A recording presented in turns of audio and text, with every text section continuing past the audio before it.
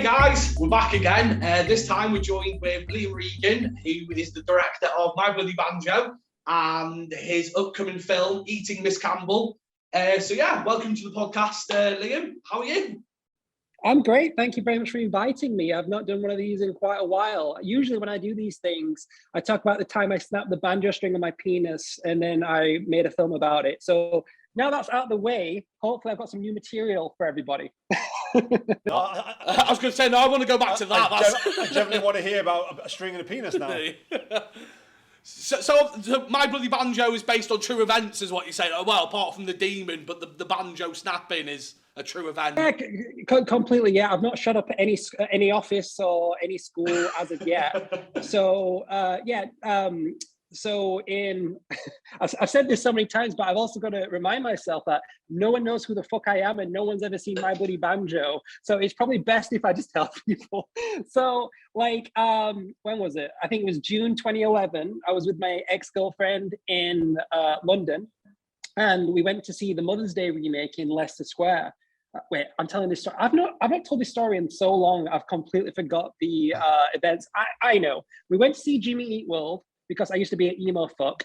And then the same night, we had sex and I didn't wear protection and there was like an internal pop. And she thought that she came on, she thought that she was on a period. And then I'm like, okay, that's fine. So, I went in harder because blood makes the best lubricant. And then when I went to the toilet to clean up, I noticed that there was blood protruding from my penis. So I then got some tissue paper and wrapped my penis wrapped the tissue paper around my penis. So it was like a mummified penis. And then I woke up the next morning and I was still bleeding. And she told me, hey, I think you snapped your banjo string, because I've never heard that term before. And then when we went to see the Mother's Day remake in Leicester Square the next day, after the movie, I turned to her and said, you know what happened last night might make for a good idea for a horror film. And now here we are. Is that an actual term? Like, was it banjo down on your penis? Is that a thing? Wow. I think that's, I think that's the Urban Dictionary reference to it. I think it's called a frenulum. I think the frenulum is the biological term. You've heard that word? I haven't, yeah. I have, yeah. Well, weirdly enough, have you broken your foot? No, this I'm the opposite of Liam. I'm going to tell a story, because obviously with Liam's story, it's already X-rated this podcast. We might as well go balls to the wall here, Liam. We are sharing. I'm circumcised at a young age, so I don't have a banjo string. So I couldn't snap mine if I wanted to. Wow. Okay. Well, so there we go. I am banjo-less, so even if I tried, I couldn't. Put that in the trivia. I feel like maybe if I also had that procedure, I may never have made the film. So I feel like your foreskin has played a part in your career. Completely. The foreskin has definitely played a part in my career, and it's good that I was able to foreskin my future with that. That was an awful pun. I noticed that your foreskin didn't get a mention in the credits of My Bloody Banjo, though. I know that. Tell me about it. It should have got top billing, As your not to want to be nosy, but not sure if you keep in contact with your ex-partner, but if so, has she seen the film? She loves it. Yeah, no, we're really good friends. She loves the film. Yeah. And does she look back at that scene going, I remember this? Oh, totally. Yeah, it was like a life-changing moment for both of us. with My Bloody Banjo, and I watch obviously with your film, you can see there's a lot of influence from Troma in it, and I've always been a massive Troma fan. I remember when I was too young to watch Toxic Avenger, especially with the amount of nudity. I watched it with my mum when I was about, I think, 10 or 11, and my mum was like, you'll like this, Chad. And we watched, I think it was on like a mad channel on Sky or Freeview, whatever it was at the time. Had she seen it before? My mother had seen it. My mum was the one that got me to horror, Liam, for reference. And like everything, the humour in My Bloody Banjo, it's so, like, I loved it. I really, I'm not blowing smoke up your arse because you're on the podcast. It just took me back to being that age again, watching a Troma film, and I loved every minute of it. It was just like the things that, like the things said where you're like, you can't say that, but in your head, it's a Troma film, it's fine. But that's the kind of thing I was like, honestly, it was so fun. Ronnie, like obviously Ronnie, what a man, and you could see the references straight away from like we were speaking this morning, Freddie, Funny Man, people like that, like the way he looked as well gave me big like Buffy vibes, you know, like because his face was like that look. I thought it was really cool, a really fun film. My main thing was I wanted to know how Rob felt about it, because you have never watched a Troma film, have you? And obviously, well, interestingly enough, so obviously in preparation for this podcast, I obviously watched My Bloody Banjo, and I said to Chad and I were talking, and we were talking about Toxic Avenger, and I've not seen Toxic Avenger, and then I said to Chad, well, you know, My Bloody Banjo is the first Troma film I have officially seen, but I know obviously it's not officially made by Troma, is it? So I suppose in a way it's not, but I've read up about Troma and things, you know, about its some genre company, whatever you want to call it, and I pictured your film to be, after watching it, that exactly what you get from a Troma film. So even though, I feel like I have seen my first Troma film, even though I haven't seen it through the company officially. But no, but it was, to be fair, I mean, like, you know, it's the filmmaking that really got me, because it was things like the sound, like the music was spot on. You know, like the editing in the beginning, and just the camera work. I mean, because obviously this film was made obviously on a budget, wasn't it? Is there sort of like, can you sort of like say how much maybe perhaps in the figure that you were making that film with? Sure, yeah. So I originally thought I could make the film for 10 grand. So I worked a lot of overtime hours. I used to work like 16-hour days just to raise the budget. And then I took out a credit card and maxed it out, kind of like what Kevin Smith did with Clerks. And I think all in, Banjo probably only cost around 15 grand. Right. Because like I say, when you watch it, there's production value there. And, you know, like I say, I mean, I was listening to it on my headphones and things like that. Because I'm a big audio fan, I mean, I love to hear, you know, especially like in films that I like to say a bit more low budget. Like I say, sometimes people don't obviously have enough money to sort of cover the sound effects and things like that. But everything was there. And it was something like, I was a college student filmmaker early 2000s. And I mean, that was when we were, you know, editing on IMAX and things like that, and Final Cut Pro and whatnot. And like I say, I was taking in really a lot about the production value of the film, because, like I say, you know, it didn't feel cheap whatsoever. It felt, you know, like there was, you know, everyone that was part of your team, crew, acting, everyone was there, and they were doing a great job. Totally. I mean, it was. I studied film at uni and college in the early 2000s, and back then we had the Canon XL1 cameras, and we shot on mini DV tapes. Yeah, and we had like Avid and Final Cut Pro, and you know, I think the main thing back then is that you couldn't get that film look. It's the film look that everyone really strived for. And as much as I look back fondly on mini DV, and you know, there's some really good films shot on mini DV, like Party Monster with Macaulay Culkin, that was shot on mini DV. And like looking back, it has a certain aesthetic which I didn't appreciate at the time. But when DSLR cameras became the thing in the 2010s, that you could get that 24 frames per second film look. And with Banjo, it was actually shot on the Red 1 MX, the Red camera, which, you know, to me, I had a choice to either shoot on DSLRs or Red. And I knew Red had more of a production value.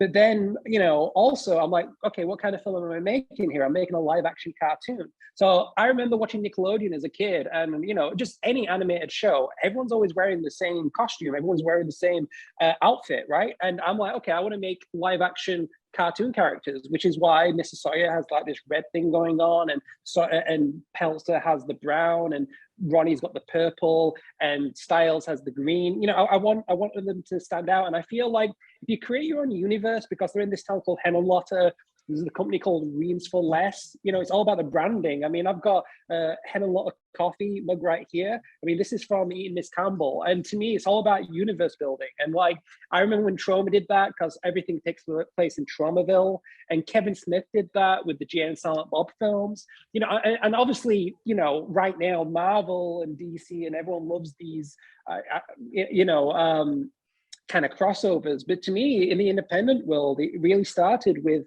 Troma and Kevin Smith. And to me, like, I think as an independent filmmaker, you really need to do something different, and you need to do something that's kind of left of field. And you also need to do something that not necessarily pisses someone off, but I think you need to push the envelope, because if you're trying to replicate everything that Hollywood's doing, one, you're not going to be able to replicate because you just don't have the money and resources. And two, people have already seen it before. Now, to be completely honest with you, if I wanted to make a film like a Hollywood film, I'd probably make money, because as you know, when you go into an Asda supermarket or a Morrison supermarket, you'll see a lot of these horror films, and they'll always have Photoshop covers that, you know, are kind of like another exorcism film, or another ghost film, or another, you know, those films make money, which is great. Where for me, it's like, I don't mind using my own money to make the films I want and have 110% creative control. Because I think the issue is with applying for funding and everything else is that if someone puts money in your film, you don't necessarily have that creative control anymore. And because I'm a complete control freak, I'll go in debt on my own films and put my money where my mouth is and kind of tell the stories that I want to tell, which I wouldn't be able to if I was still, you know, waiting for funding. Sorry, that was a rant. That was a complete rant. No, that's very true. I mean, let's say, because I mean, the problem is with once you've got people investing in the movie, they obviously have a say, and that causes issues, doesn't it? Because this is why so many films don't get their original cuts released. Because and in this case, you know, like I say, it's a brave move, because I suppose, like say, you were influenced by Generation X, you know, era sort of thing, and like I say, I mean, that was guerrilla filmmaking kind of thing, in the same sort of sense like Reservoir Dogs. I mean, I know Tarantino obviously had a lot of money behind him because he sold True Romance as a script, but like I say, to do that, I love that in a filmmaker, because that's how you get your film, because that's the only way you get your vision released. And like you say, because you were the man funding My Bloody Banjo, you were the one basically who said this is what goes, and that's the end of it. Kind of, yes and no. Like, there's always going to be compromise. There's always compromise with independent filmmaking. Like, I mean, the problem with the festival cut of Banjo, the version that you guys have seen, the only available version right now, I'm not a fan of. The reason being is that I felt like post-production was very much rushed, and I learned a lot. I mean, I took Banjo to Cannes in May 2015. It had 2 Cannes market screenings, and the original cut was 107 minutes. And obviously, when you make a film as a first-time filmmaker, you think everything you film and everything you write is perfect, and you need to have it all in the movie. So when I took the film to Cannes, you know, I'm watching it, and it's just dying on its ass. The audiences aren't reacting. The people that like come to purchase films, they walked out after 10 minutes. And to me, that was the biggest lesson I could have ever had, because to me, it taught me, hang on a minute, we don't need all this exposition. So I left that screening. I broke down crying, because this film that I put all my heart, soul, and money in, and not just me, but everyone that's worked on it, you know, it's failed on its ass. You know, I went to get festival screenings, I went to sell the movie, and no one was interested.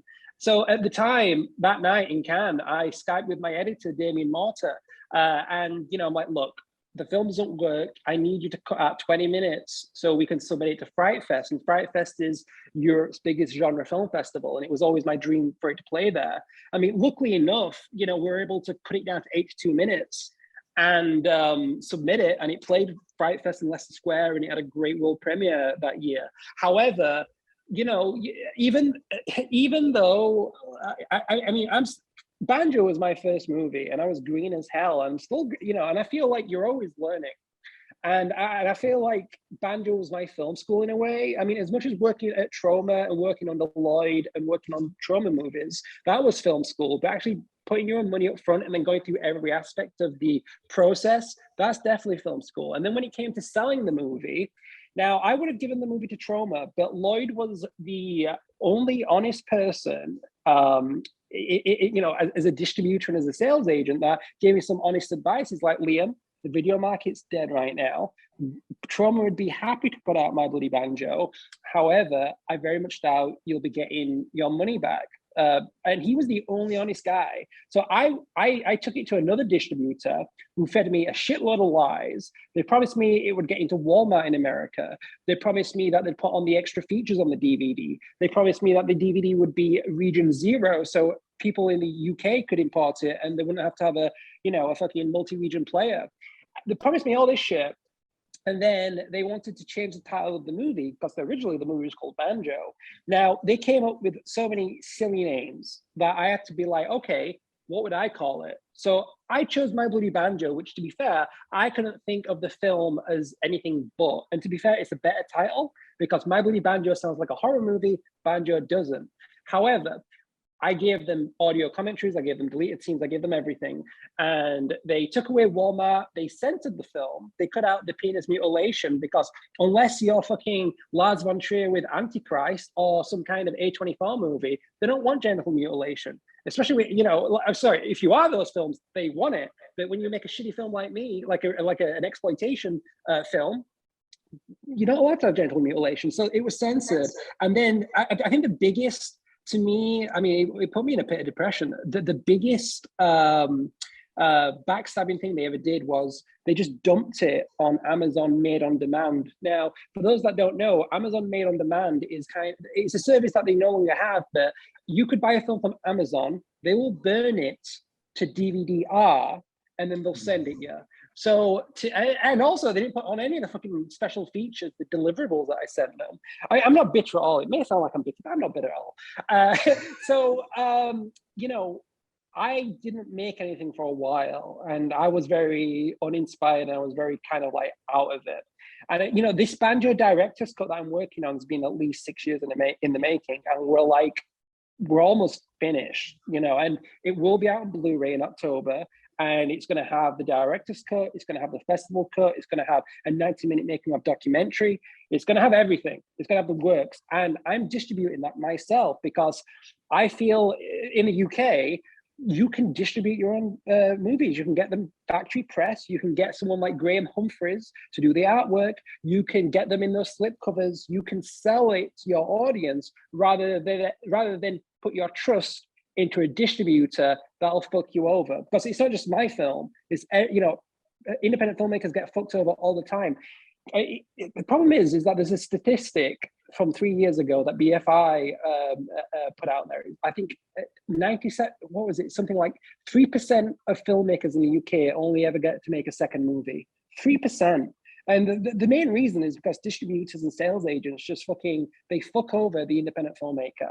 So to me, making this second movie with Lloyd, a friend of mine, and Troma, who is a studio that I've always looked up to, and also know how to market these films, and I get to keep the other territorial right, so I can sell it in the UK, Miss Campbell, where in America, Troma will be able to distribute it themselves. To me, that's the perfect partnership. I think independent filmmakers should be calling the shots and not these leeches, as I like to call them. Because what they do, they bury you in expenses. They'll say, so I'll get a sales statement every 6 months.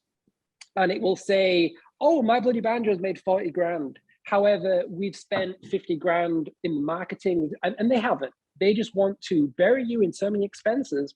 I've not made any money from Banjo, but I don't think anyone really makes money with their first movie. So Banjo was a learning curve. And I know I've just ranted so much there. So I hope some of it resonated, and I hope some of it made sense.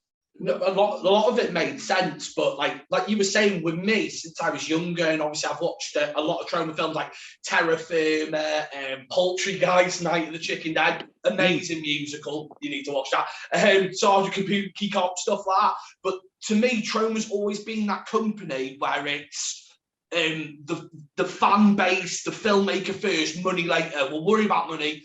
We'll worry about making money when that time comes. And I've always respected Troma because of that, because they're more worried about letting their fans have a good time than making money. And I always think that's the best way to be, because there's no other company like Troma. And with My Bloody Banjo, when you do start distributing it, I'll buy it, because, to be honest, like I said, I do enjoy it. I think it's an amazing film.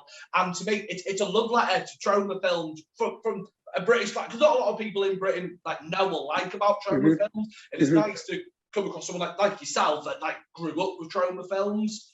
And yeah, I think it's fabulous. Obviously, you're getting a second go at it, and Lloyd, I called him Lloyd, he's my friend, your friend, Lloyd Kaufman, who, by the way, always looks amazing. He's so nice in interviews. It's amazing you're working with him, because, like I said, he to me is the lovely granddad of horror who just wants people to watch the films, and he doesn't care about the money because he's goddamn fucking Lloyd Kaufman. That's why. Yeah, and that's right, man. I think he's an amazing guy. Honestly, in many ways, I suppose Lloyd Kaufman can sort of, can relate to any filmmaker like yourself who's coming up in the business and seeing what you're doing, and basically, obviously, probably seeing a lot of his life in yours and other filmmakers who are coming along and wanting to be a part of the Troma family, because they and like I say, that's why it's like a school, isn't it? Sort of thing, you learn just by being part of that production. That's right. Yeah, completely. I mean, I learned everything from Lloyd and Troma. Troma has been a huge influence in my life since 11 years old.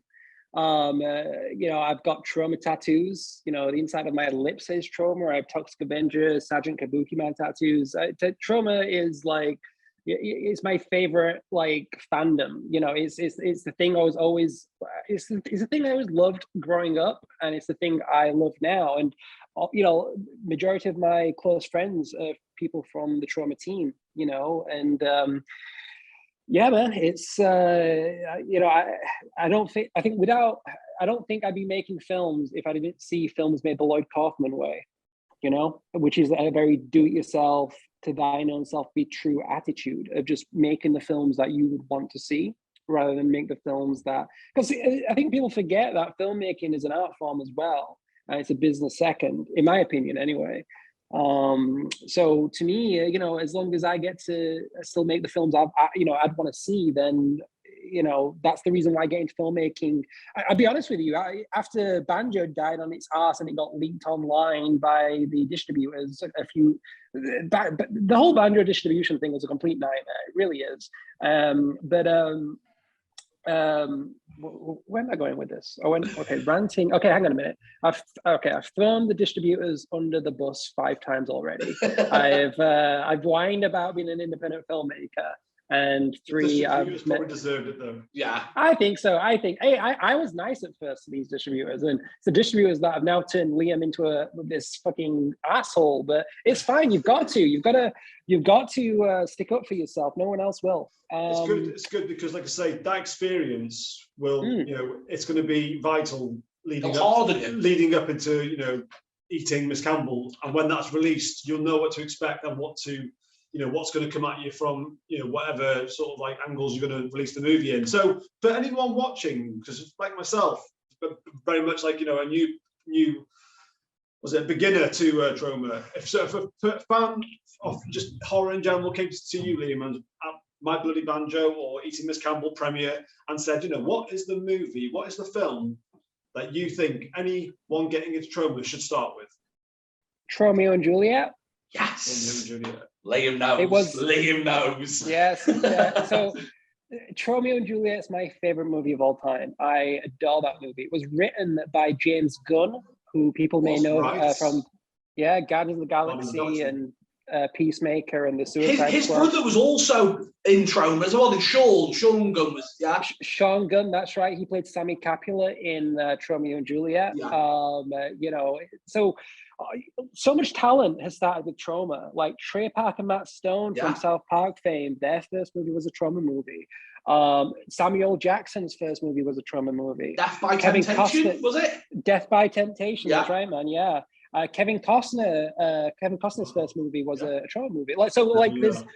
There's been Eli Roth worked at Troma, interned at Troma. Lemmy from Motorhead, he was in Toxic Avenger 4, wasn't he? He was, and Romeo and Juliet, and there's so many awesome people that have come through the Troma ranks, and to me, I think Troma speaks to a certain type of individual. So, for example, when I was growing up, I was very much into maniacal British comedy like Bottom. I love Rick Mail and I love Kate Edmondson. It's the best. So when I watched Troma, it has that violent live action slapstick that I used to see in the British sitcoms back in the day when BBC was worth paying for, or should I say the TV license was worth paying for, and now it's all what is it now? I don't know. But that's the thing. It's like back in the 90s and 2000s, there was shows that you'd want to buy on video or DVD. Now, I don't know. Why am I ranting about BBC? I don't even watch BBC. I think what I'm trying to say is that there's not enough absurd comedy on TV or in films these days. You don't really see many spoof films. Now every comedy is 2.5 hours long, and there's always some kind of redeeming quality at the end of it. And it's like, fuck that, give me Freddy Got Fingered Part 2, Oh, do you know what? Someone mentioned Freddy Got Fingered at work today, and I said, "What a movie that is! Great movie." I just think about Daddy, would you like some sausage? And Rip Torn. People always talk about Tom Green in that film. Obviously, it was great, but I always think of Rip Torn. Rip Torn is yeah. And it's an excellent example because now, since you've mentioned Bottom and stuff and the violence, when Richie cuts off his finger. That and I'm thinking to some scenes certainly in My Bloody Banjo. It is very similar sort of kind of to be fair to you, I think the special effects are much better. But zany, like I say, it's an excellent example sort of thing to what to expect. Because like I say, now I sort of witnessed my first film in sort of like that's just like a Troma film sort of thing. I'm intrigued to watch. I've never seen Toxic Avenger. Heard about it for years. Blasphemy, Liam. Yeah, I know. But what's your thoughts on the new Toxic Avenger that's coming out? I'm sure it's going to be great. I really do. Lloyd Kaufman and Michael Hers, the co-owners of Troma, they're involved. Lloyd really loved the script. The filmmaker, I forget how you pronounce his name. Macon Blair. He's a great filmmaker, and he's a huge Troma fan. And I know that he's wanting to pay tribute to a lot of traumatic people that have been in and out of Troma. I think it's going to be great. I think it's going to be good. The Toxic Avenger remake's been a long time coming. When I've been to Cannes Film Festival with Troma before, and I've been with Lloyd, and I've been in these meetings where producers were gonna, remake the Toxic Avenger, and many times Arnold Schwarzenegger was signed on, like all these A-list celebrities. But even now, it's got a pretty good cast. We've got Peter Dinklage, we've got Elijah Wood, Kevin Bacon. Yeah. Yes, should be good. Obviously, you yourself, and I've got to bring this up because of the name of your character. I've only ever watched the original Class of Nukem High. You played a character called Looks Like Dick. Am I right by that? Return to Nukem High Volume 1 and Return to Nukem High Volume 2, which is like Part 4 and Part 5 of the Nukem High franchise.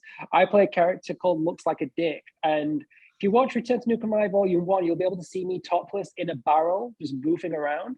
And then you'll see me throughout the film. But I went over to film that. So I always wanted to work on a Troma film. And then when Lloyd announced that they were shooting Return to Nukem High in 2012, I jumped on a plane, flew all the way to Buffalo, Niagara, New York, to meet people that I've never met in my life.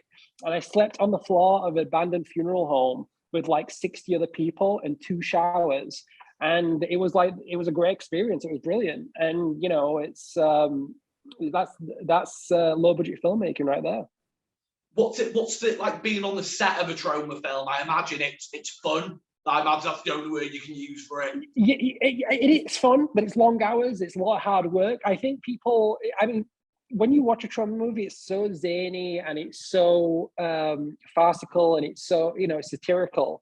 But behind the scenes, it's quite very, they care so much about what they're doing. And like, there's so much work, and like from the production assistants to the art department, like every department, they work so hard and they're so serious in the craft to make, and you can see why watching a Troma film, the quality that goes in them. What I love about Troma movies the most is that they made on modest budgets. You don't need hundreds of millions to make a movie. You could cure world hunger on the budgets that they use these days. It's disgusting. It really is. Which is why I'd love to always work in a low budget. I mean, Eating Miss Campbell cost a lot more than Banjo. I'd say Eating Miss Campbell was like 3 times Banjo. So I think Eating Miss Campbell is currently about 50, 60 grand. So I mean, if I'm able to like work, I'd love just to work under 100 grand budgets, because 1, you've got more control. 2, it's easy to make a financial return. And even though the business side the business side is not as important to the art side, but the business side is important to be able to make the 3rd movie, right? So you've got to keep going, because if you're just spending 20, 30, 40 grand on your film and you're not making a return, then that's going to hurt you. And I mean, that's one of the main reasons why it took so long to get the second film off the ground. And obviously, I've not seen this one, but you were in Lloyd's latest film. Is it Shakespeare Shitstorm? Is that what it's called? Yeah, man. # Shakespeare Shitstorm. That's the fella. Yeah. What's that? Yeah, obviously it's a Shakespeare riff in it, but which Shakespeare play is it based on? It's based on Tempest. Oh, cool. All right. Okay. Yeah, man. It's great. It's awesome. I flew out in 2018 to work on that, and I was one of the main people in the art department. But I also have a cameo at the beginning. I'm the goth protester that saved. That is what you build that on IMDb. Yeah, that's what I've got wrote down here. Protester. Yeah, so you won't be able to miss me in that film, and that should be playing UK. I know that film has UK screenings later on this year, like June time. So and Lloyd should be over for that. So if Lloyd has a screening near you, you should definitely go. More than anything, I will be there, and I'll drag Rob along. Nice. What is the So did you make Eating Miss Campbell pre-pandemic or sort of during the pandemic? Both. So we started shooting in January 2020. And time, isn't it? Yeah, so I think we shot for like 14 days, and we were always going to go back to get some pickups and some reshoots, but then the pandemic happened. And then when the pandemic was a blessing, to be fair, for the film, because it allowed the film to stew a bit more. So we were able to kind of like edit together an hour's worth, like 1 hour's worth of footage, and take out the things that didn't work. And then I was able to rewrite the film and add more characters and add more scenes, and and so we started up production again. I think August. Yeah, it was August last year. We shot for 10 days. And yeah, so it's kind of like pre and post pandemic. But it's really weird because you can't really tell. Like, you'll watch one movie, so you'll watch one scene and it's January 2020, then the next scene's August 2021, and you can't tell, which is movie magic. But again, I suppose, like it's another challenge for you to learn from as a filmmaker, because obviously, even though it did help sort of having the little break to sort of stew over the story and whatnot. But like I say, again, it's a frustrating experience, sort of like, to have, because suppose, it might be even released by now, I suppose. Because have you got a release date in mind? So, so we're currently in post-production, and we're hoping to submit to film festivals in May, June time. So I'd like to think that, depending on the film festivals, depending on where it premieres, I'd like to think it'd be August onwards. So we'll see. Like I say, I don't want to be overzealous and assume which film festivals will take it. I just hope that we get a really good world premiere. And the idea, normally with an independent film, you'll do the festival circuit for a year. So I'll be going over to New York in April to test screen the film, like a quite complete version of the movie. And then obviously, it'll be good to see what people like, what people don't like, because it allows you to see it in a different way as well. But then afterwards, obviously, you do the festival circuit for a year, and then it hits like Blu-ray and stuff. Well, if you've got a good distributor, it'll hit Blu-ray and DVD. That's the plan for the movie. But it's got a cool soundtrack to it. We've got Wheatus on the soundtrack. Nice. We've got the band Twisted, who used to be friends with ICP. They're on the soundtrack.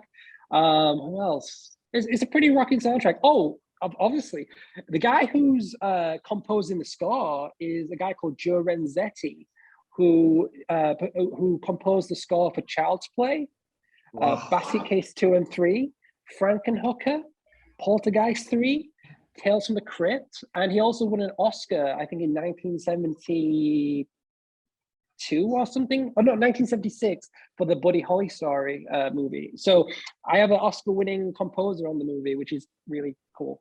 Very cool. Again, like I say, sort of like I say, it's adding more to the movie, wouldn't it? Like I say, because I remember the guy. It's the Gary Busey Buddy Holly film, I think it is anyway. But yes, it is. Gary Busey? Yeah, I've not seen it, so I'll take your word for it. I believe it is, but like I say, it's a fascinating thing to to get that kind of backing into your film. Like I say, it just takes it'll take it up a notch, won't it?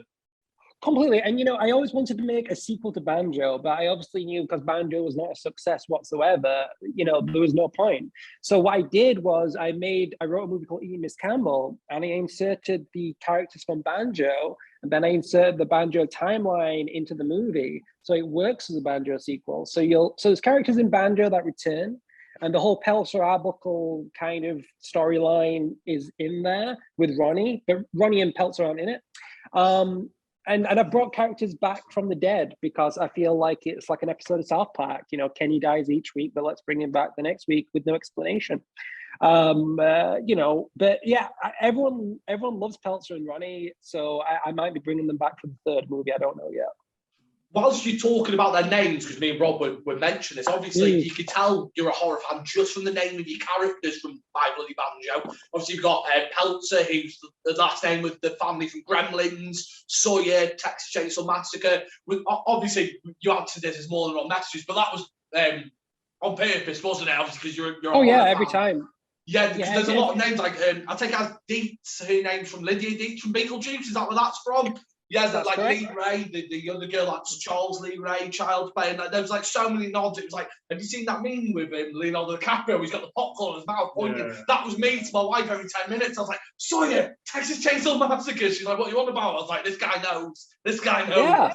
Yeah. I thought it was a really cool nod because obviously there's a lot of characters in there and they've all got cool names. Like I got stuck with Chadley, got a cool name. It's different. I really not that I relate to Ronnie whatsoever, but I thought I think everybody's got a bit of Ronnie inside them that they don't ever let anyone ever see, because obviously why would you? But I think in the work, like it kind of he is Peltzer's basically like sort of like evil, sort of like what's your word, like alter ego. Alter ego. Well, one of my notes I wrote here is one of the notes that I relate with the most. I thought I can relate when Ronnie, when he does the eye gouge in the cinema, because you've been there every time when someone's talking in the cinema and you've gone, I'd love to just smack them in the back of the head. Obviously, she's on the phone. And like you said, it's one of them where you're like, oh no, I can relate with them a bit. Because you never want to eye gouge a woman in the cinema. But sometimes you think, oh, maybe that's the only way I can go. But how many times, when you see it in movies, you see it in TV about basically somebody sitting there and getting annoyed by somebody and suddenly the next minute they're doing it and then waking up in their sort of out of their dream sort of thing. And I think Ronnie, like I say, he sort of brings in this because Peltzer clearly is like he's very trapped inside his own body, like an introvert. Yeah, he can't. I mean, like he can't even. I love the shot, by the way. I know it's a bit random to sort of mention it, but every single time Ronnie's running with a suitcase and he's just running towards the camera, like it sort of happens, I think, 2 or 3 times in the movie. I've only ever seen in the Joker actually, which with Joaquin Phoenix. But to be fair to you, you did it first. Well, I mean, I'd like to think Joaquin Phoenix ripped off My Bloody Banjo. I'm sure that, Joaquin Phoenix purchased My Bloody Banjo on Amazon Prime and was like, you know what? This is what we're going to do. That's the scene. To be fair, I can imagine Joaquin Phoenix being the drummer. What you're saying is that he owes you part of that Oscar, Liam. That's what you're saying, isn't it? Shave off a little bit of gold. I just want to rub his Oscar, on a nightly basis. That'd be nice, Rub his Oscar. Oh, I might Why not? When I get home. You can do it. Yeah, and obviously you work with Lawrence Harvey, who's mainly known for Human Centipede 2. But I think he's a terrific actor. I've seen him in a few things. I've always thought he is, for lack of a word, the tits. I always think he's a very cool actor, and he's very sympathetic in the film, isn't he? Because they bully him. Yeah. And I really wish he shot Sawyer in the face and not himself. Well, I can let you know that Clyde and Sawyer return in Eating Miss Campbell, and Clyde and Sawyer are now best friends. Oh, wow. It's more like upside down here, Liam. It's like a buddy movie with those two. It's got a real bromance going on between Clyde and Sawyer. It's beautiful. It's great. Your version of Zed and Sweet Chop from Police Academy. 1 minute they're enemies, the next film they're mates. Yeah. So yes, Clyde blew his brains out, but in the next movie, the best friends. Why not? Where I was going to go, Lloyd Kaufman. Obviously, he's in the film. Uncle Lloyd's already spoke about how much he's a legend. And you know what I always find quite not bizarre, but I always find he's a great actor as well. Like whatever he's in, like when you think of Lloyd Kaufman, you think, oh, he's like a low budget horror movie maker, but he's also like a really cool and like good actor. What was it like working with him? Obviously, with being a director, and like you said, he's a bit of your hero, isn't he? Kind of thing. Was it weird you being the director and going, no, you need to do this, Lloyd, kind of thing, or was it surreal? Very surreal. I mean, totally. I mean, but the best thing about Lloyd, he improvises a lot, and he's funny. He's got great comic timing, really good quips. And to be, I think with Lloyd, he's been in the business for so long now. I mean, he's been making movies for like 50 years, and he knows exactly what he's doing. And to me, it was just brilliant just to have him on set. I mean, like I said, Lloyd, the reason why I make films. That's it. Lloyd Kaufman, and I'm inspired by Frank Henenlotter, who did the Basket Case movies and Frankenhooker and Brain Damage, and I'm also inspired by the Trip Back with Matt Stone, who did Orgasmo, South Park, and Cannibal the Musical. I've got a lot of these influences, but Lloyd's the guy who was like, look, this can be done on a low budget. And yeah, work, like I say, I consider Lloyd a friend. He's a great mentor, and he's the best. He's the best. I also, even though Lloyd is from a similar generation, but kind of like Lloyd sort of reminds me like a bit of like this generation's, even though because he's still in the job today, still working hard, is Roger Corman. Yeah. Oh yeah, definitely. I mean, Lloyd will be the first person to say that Roger Corman was a huge influence on Troma, and like his way of making movies. So yeah, definitely Roger Corman. Like I said, Roger Corman, like Larry Cohen as well, like the way like he did like and stuff like that. They like the great, so aren't they? They're the kind of guys that are like, you know what, I've got 50p, I'm gonna make a movie, and that's the best thing about him. It's great filmmaking at its best, isn't it? Well, that was completely. Another time, that's even more important because those guys really didn't have much to sort of go back on. Like I say, people from now, we can like use many inspirations from films of the past, sort of things, and including ours. But really, they were originators of it in every way. Oh, definitely, yeah. No doubt about it. Completely. I think back then, though, I mean, you had you had more cinemas. Video was brand new, and with home video, they needed content a lot of the times. And the best thing about video is that they could sell the video shops one copy of the movie for £50, for example, and it would make back its return in rentals. So when video shops were around, they needed more films for business. And now I think, we've come to a point now where anybody can make a film, including me, which is a blessing and a curse because, there's so much great stuff out there, but sometimes it's hard to find the great stuff. And I think, it's great that everyone can make a film. It'd just be nice if people did something a little against the grain, a little bit more punk rock and a little bit more kind of, especially in the culture that we're in right now. I feel like there's definitely room to offend, and I think it's easier than ever to offend, and I think being offended is one of the most healthiest things that can happen to a person.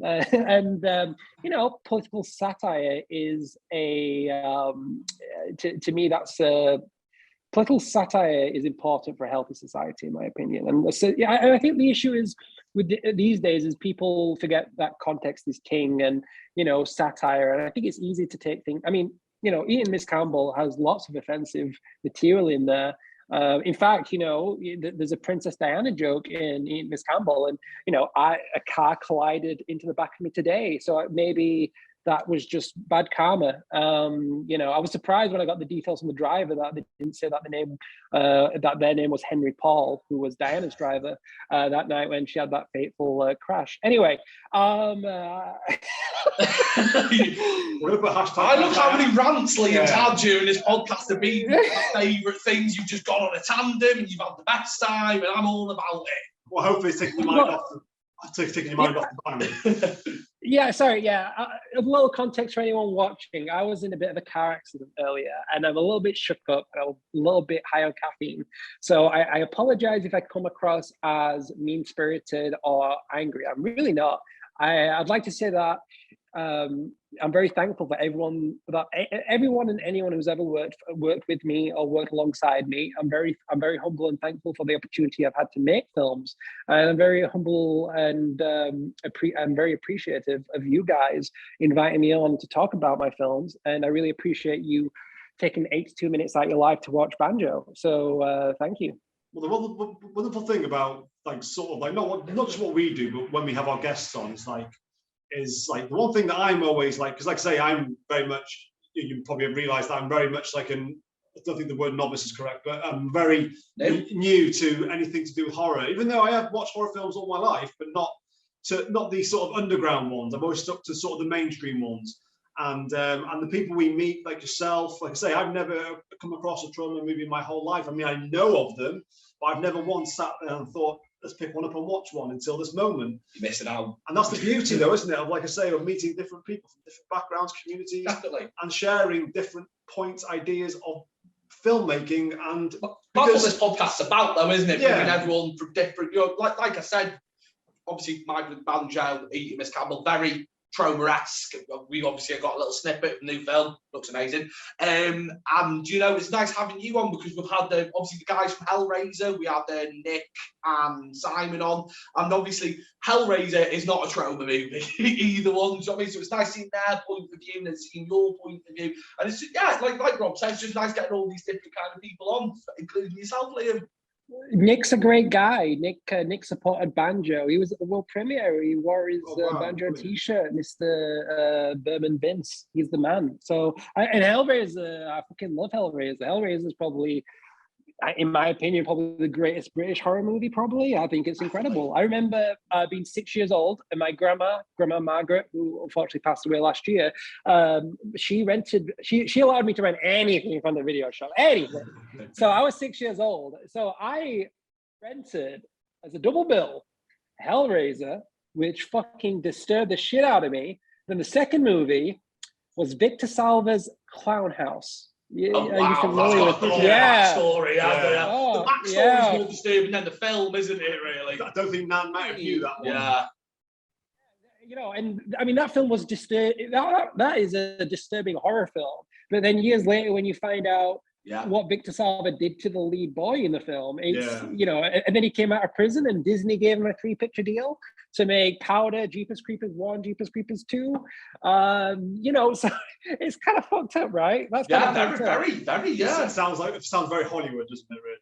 Oh. Exactly. You took the words right out of my mouth. We'll never get Steven Spielberg on here now, Rob. God damn it! It's funny. There's a painting of Harvey and Bob Weinstein in Miss Campbell. There's quite a few Weinstein jokes and Me Too and. So Eating Miss Campbell is about a vegan goth cannibal who has a taste for human flesh, and because she's vegan, it's the whole kind of ethical thing of, should I eat meat or should I not eat meat? But if the guy's really bad, then maybe I could eat him.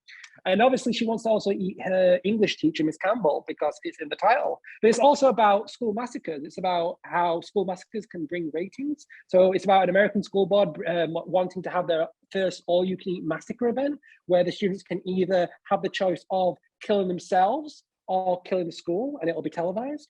And it also deals with pedophilia, and it deals with everything. So this is like 7 years of my pent-up frustration bukkakied on the screen.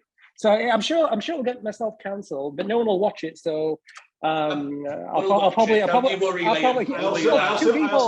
also think frustration brings out the best in directors as well. Definitely, because it means, I think they sort of build up this. They've got this energy and they've got this way about them. Like I say, whether it could be Lloyd Kaufman, whether it can be Oliver Stone, yourself. Like I say, I think it's like I say, it's the hunger that makes the movie. Completely. I mean, you've got to be passionate about what you do, and you've got to have something to say. And if you don't have anything to say, I think you watch some films and you think, what's this trying to be? What's this trying to say? It doesn't resonate. And to me, if I can piss someone off, or if I can make someone laugh, or if I can make someone scared, or if I can gross someone out, then that is better than any Oscar. That is better than any award. To me, when I was a kid, I was bullied a lot. And the best thing I used to do is I used to come home, put on a Troma video, or I'd watch wrestling on a Friday night, some kind of escapism, right? Definitely. And to me, if, without sounding pretentious, if my film, can entertain someone for 90 minutes and, I say you know a lot. You know who else says you know a lot? When I watch Shawn Michaels in wrestling shoot interviews, he always says you know, and I'm like, why do you keep saying you know? You know. Anyway, you know. So if I'm able to make a film, you know, and if that allows them to escape for 90 minutes, you know, then that means more than you know. With you guys, so sorry, Rob, this is quick, because obviously you're going on about, I didn't realise you were a wrestling fan. I'm not. There's a couple of things in My Bloody Banjo I caught on. I don't know if they were deliberate. There's a guy called DiBiase. Is that one of the guys' people's name? Is that after Ted DiBiase, the from wrestling? And then there's Runnels. Is that obviously Dusty Rhodes? Yeah. Yes. Tom, my friend, he's a massive wrestling fan who watches. Be proud of me. I did that for you. As soon as I noticed him, I sent him to my friend. I was like, I'm sure these two are wrestlers. He's like, yeah, they're Los Angeles wrestlers. It's funny you mention it. It's funny you mention it as well, because I remember as a child, like I suffered the hand of a bully as well, and my go-to thing when I came home to sort of take my mind off it and sort of just make me focus on something else was WrestleMania 6. I thought you were going to say masturbation. No, WrestleMania 6 because I mean, well, that was like maybe 10 years later. But WrestleMania 6 was like, you know, it was something to focus on, like I say, and the things. It's amazing what you pick up on really as you get older, and you realise, you know, that film was really there. That event was really there for me, sort of thing. It's amazing, like I say, what can inspire you to get away from that trauma. Yeah, completely. No, without a doubt. And to me, it's like I'm not saying you need to be a tortured artist or anything, but I feel like the people that were bullied and the people that were teased in school, I think they're the ones that become more of the outside creatives that are making really fucked up shit, which is great. You know, I think you need that. You don't need to fall in line like everyone else does. And to me, independent filmmaking is like the punk rock of filmmaking. You know, to me, you've got there's no rules whatsoever. To me, my only rules is you don't hurt anybody, you don't harm anybody. You just go out and just make the films you want. And you know, you can these days. Anyone can on a budget. I think a lot of people are afraid, though. I really do. And to me, don't be afraid. Just jump in and do it, because you only learn by doing and failing. Especially, I failed a million times, and I'll fail a million times again. But if I keep failing, I'll keep learning. And I think people just need to, you know, take that big step. I mean, yes, I studied film at college, and yes, I studied film at uni, but I've only made like a couple of short films, if anything. Like Banjo was a short film originally in 2012. But then I just thought, fuck this. I want to make a movie. The films I like are not short. The films I like are 90 minutes. So I just jumped into the deep end, green as fuck. And I got a great cast and I got a great crew. And, you know, it's stressful. There's many times where you just want to blow your fucking brains out, but then, you know, guns aren't easy to get in England, so you can't blow your fucking brains out. But you do want to kind of like lay in a bathroom and slit your wrists. I'm joking. I'm not really. But you know what I'm trying to say? It's a struggle. Okay, all I'm saying is a struggle. But also, at least you always know. One day you'll look back and you'll know it was on your terms. Exactly. Oh, completely. Not suicide, by the way. Yeah. Oh well, I mean, both the film and the suicide. Yeah. Yeah, I mean, exactly. Do it on your own terms, right? You know, I'm pro-choice. I'm also pro-lapse. Anyway, where am I going with this? I'm pro-death as well.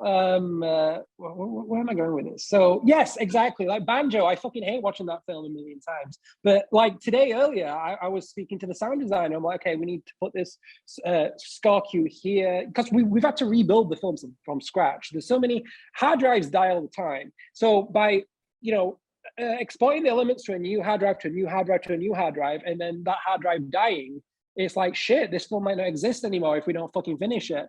So I think you'd love the new Banjo. In fact, I think I sent the new ending, right? You did, yeah. I sent it over to Rob. Nice. Big fan of the it's a better ending. It's very cool. Very cool. We should have had that. Where was that in 2015? Well, I mean, we shot it in 2014. So why didn't we use it? To be honest, I completely agree that your ending makes more sense to me. Yeah, like a lot more sense. Right, we've come. Sadly, as much as I'd like to sit here with you, Liam, and tell Rob that Toxic Avenger Part 2 is the best one in the series, we've come to the end. We've come to the end of our session. Just want to say a massive thank you for coming on. It's been a pleasure speaking to you. Very funny. We've had talks about suicide, prolapses, penises, banjo string circumcisions. I think we've covered all topics for a popular podcast. Yeah, the hashtags in this video are going to be fucking ridiculous. Princess Diana. Princess Diana, yeah. Or die. But yeah, thank you for coming on, mate. No, anytime. No, thank you so much, guys, for allowing me to come on. I'm sorry if I ranted a little too much. I didn't mean to, and I'm sorry for maybe talking a little too much as well. No, not all. It's been, honestly, mate, you've been hilarious. Everything is an education, and like I say, to anyone, of viewers who are watching, October time, we're hoping for a My Bloody Banjo physical media release. Yes, so the plan is I need to raise funds for the post-production of Eating Miss Campbell, and that there'll be a crowdfunder in May. And on this crowdfunder, you'll be able to pledge towards the My Bloody Banjo Blu-ray. You'll be able to get T-shirts, posters. There's action figures. So there's going to be a Ronnie action figure, very limited, but also very expensive. All up in that. And then we've got vinyl soundtracks. You know, we've got, to me, I'm wanting to give people something that I'd want. Like, I think crowdfunding these days is lots of digital downloads and, it's not tangible. To me, as a collector, and I'm sure like you guys, you're fucking geeks like me, you're fucking nerds, and you love the horror toys, you love the 18-inch action figures, you love all that shit, as I do. And hopefully I'll be able to get the money to produce that, but also finish the movie. So that'll be coming in May. And then October will be when the Blu-ray is done. Like I say, we're just finishing the post-production. We've got a really great 90-minute documentary where it's just me wanting to blow my fucking brains out the whole time, which is It's your heart of darkness. It's my heart of darkness, or we could call it my fart of darkness. And there you go. There's the title right there. I want some money for that. Well, I can't. I'll take a cameo. I can't take credit for it. Troma had a documentary called Fart of Darkness, so I'm just stealing Troma's gimmick right now. So, but hey, nothing. I get respect. I get nothing. I'll be getting a cease and desist from Lloyd's attorneys, I'm sure. Seriously, guys. Thank you so much. I'd love to do this again, maybe after Miss Campbell's release. Yes, we'd love that, and hopefully more than one Troma film by then. I'll make sure we see more than one Troma film. Taking this with me. Toxic Avenger 1 to 4 collection 1 to 4. Hello. All classics, man. All classics. Well, yeah, thank you so much for coming. Like we said, the crowdfunding that we'll put on all of our social media. Hopefully, we can help in some way. Yes. So yeah, big thank you for coming on, Liam, and yeah, we'll speak to you soon. One final thing, you can follow me on Instagram at Refuse Liam, REFUSE. Refuse as in not garbage, as people like to say, but refuse in I refuse. I refuse vagina. So Refuse Liam. And if any budding filmmakers are out there, or anyone who wants to get into filmmaking or needs help with script structure or any advice, I'll be more than happy to help you, because when I started out, there wasn't much support and not many people told the truth in terms of the realities of independent filmmaking, like the expenses, etc. So if there's anyone out there that I can help, or if anyone wants any advice, I'm not saying I know everything. I can only give you what I've experienced, and wish that you do better than I did the first time around. Feel free to follow and feel free to message me. I'll be more than happy to help. That's amazing. We'll put your Instagram in the bio with the video so people can have a little click. Message you, ask you about your prolapse, ask you about whatever you need to ask about, innit? Again, thank you so much for coming on, and we'll definitely get you back on to speak about Eating Miss Campbell. Thanks, Liam. Thanks, guys. Cheers, Liam. Catch you later. It was amazing talking to Liam. Thank you for coming on again, bud. Go check out Liam's fundraiser. We'll post that on our page. We'll post Liam's details in the bio. And main thing is, go when Bloody Banjo comes out, check it out, because, like Liam said, it didn't get a good rap when it came out, and it's especially if you're a Troma fan. If you're a Troma fan, you'll love this film. I can't recommend it enough. Next, who we got on next, Rob? I can't remember. Zoe Rose, aka Zobo with a shotgun. The editor-in-chief of Ghouls Magazine. That'll be a good one. Check out all of our socials to keep up to date what we're doing. Like, share, subscribe, and we'll see you soon, boils and ghouls.